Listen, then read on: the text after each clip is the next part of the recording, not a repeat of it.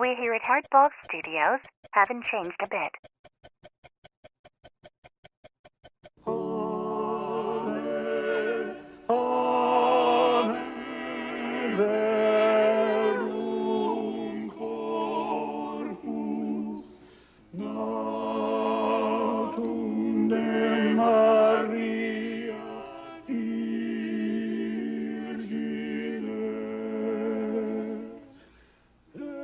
You know, the saying, you never forget how to ride a bicycle.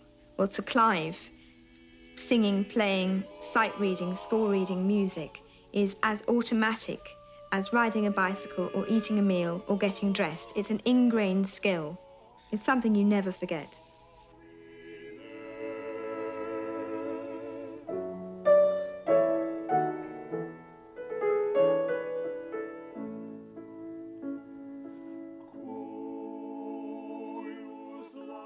There is a man named Clive Waring.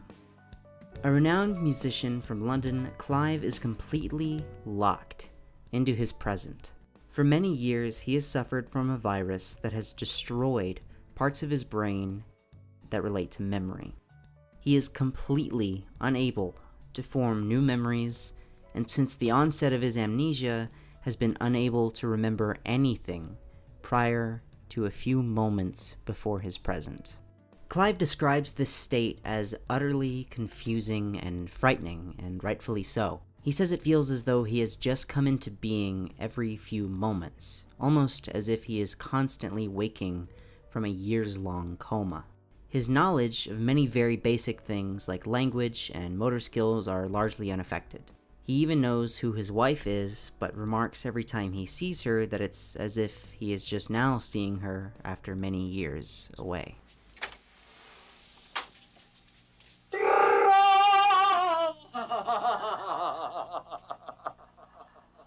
Well. Isn't that a surprise? It's a smashing surprise. Why have I not seen you before? I don't know. You've not seen me before? No. This is the first time.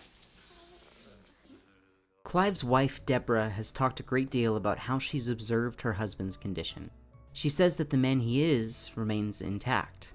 His intellect and passions remain entirely his own. They're just tragically locked behind his inability to anchor himself to a past or a future. She's explained how he is completely shackled to living his entire life on a moment-to-moment basis. In an attempt to find solid temporal ground to stand on, Clive kept journals. He would often write timestamps alongside affirmations of himself and his place in time. This was challenging in and of itself, however, because the moment he would write a new entry, he would completely forget the previous one he had just written down, claiming to have no idea where it came from, or to at least have not been conscious while writing it. A tick to say, yes, that's authentic, I wrote that, it's authentic, that's definitely me awake. He has to then cross through the previous ticks and do a new tick with a circle around it to say this is the real one, and that wasn't the real one next time he comes back, and so on. So there's a constant desperate series of scrubbing out all the previous entries and saying, now I'm awake, and the pencil just becomes blurred and it goes on, and I mean it's so thick, the pencil, it's almost as if he's using the pencil to dig himself back into time, to try to fix himself in a continuum, to have more than one moment at a time, but he never can. Despite his condition, Clive still enjoys music. His wife Deborah describes his musical ability as similar to those other very core capacities like language. He could still sing and play piano and sight read, but often as soon as he finished a song, he would go into confusion or convulsions, being ripped right back into his moment-long existence.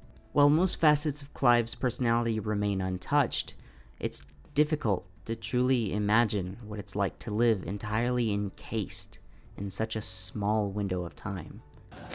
What does this place mean to I don't know. It doesn't mean anything. I've never seen it before. Hello?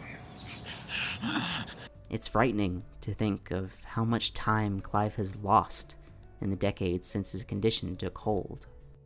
His daughter laments those aspects of himself that have been lost in his inability to form new memories. Unable to even remember hearing his grandchildren had been born moments after being told. Unable to remember who they are as they age. I don't care how late it is. Come to me at midnight or 1 o'clock in the morning. I don't mind. I just love you, and I want you to come as soon as you can, please, darling. Take care. I love you. I haven't seen you yet, and I want to. Please come, darling. Bye-bye. Clive met a horrifying fate, but as a person, at the very least, remains intact. His wife remarks that being separated from his past and future has left only the very heart of his mind behind, only his raw passions and personality. Almost as though the man he is now, though visibly aged, is like a snapshot of his entire being from the time he began losing his memory, never able to remember anything from then to now, and never able to change or grow as the rest of us do. What does it mean to you when Deborah comes to visit? Heaven on earth arrives.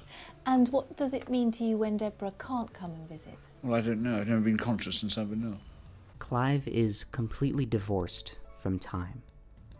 He still lives a relatively normal life with his wife Deborah, but his fundamentally human ability to grow and change has been tragically robbed from him. This is a man unable to reminisce. Imagine trying to look back on your life and seeing nothing but complete darkness. I know it's like to be dead now. Day and night the same, blank. No difference between dreams and anything like that. No senses at all. The brain has been totally inactive. No dreams and no thoughts of any kind whatever. Only to soon forget why you were trying to look back in the first place. Clive's case is a very somber reminder as to just how intertwined human experience is to the past and to the future. We are made of our pasts, and as we march forward, we are forever gaining new badges and scars along the way. Although we are also made up of those raw passions, as Deborah puts it, there is undoubtedly something lost when we cannot change or remember anything. But do you know who I am?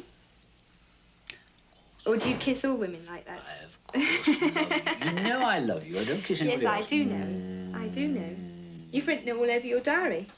Look. Hmm? I bet you that if I look to see what you've written, you haven't mentioned me on that page. Well. You've mentioned me on this page. My first thought, I adore Deborah for eternity.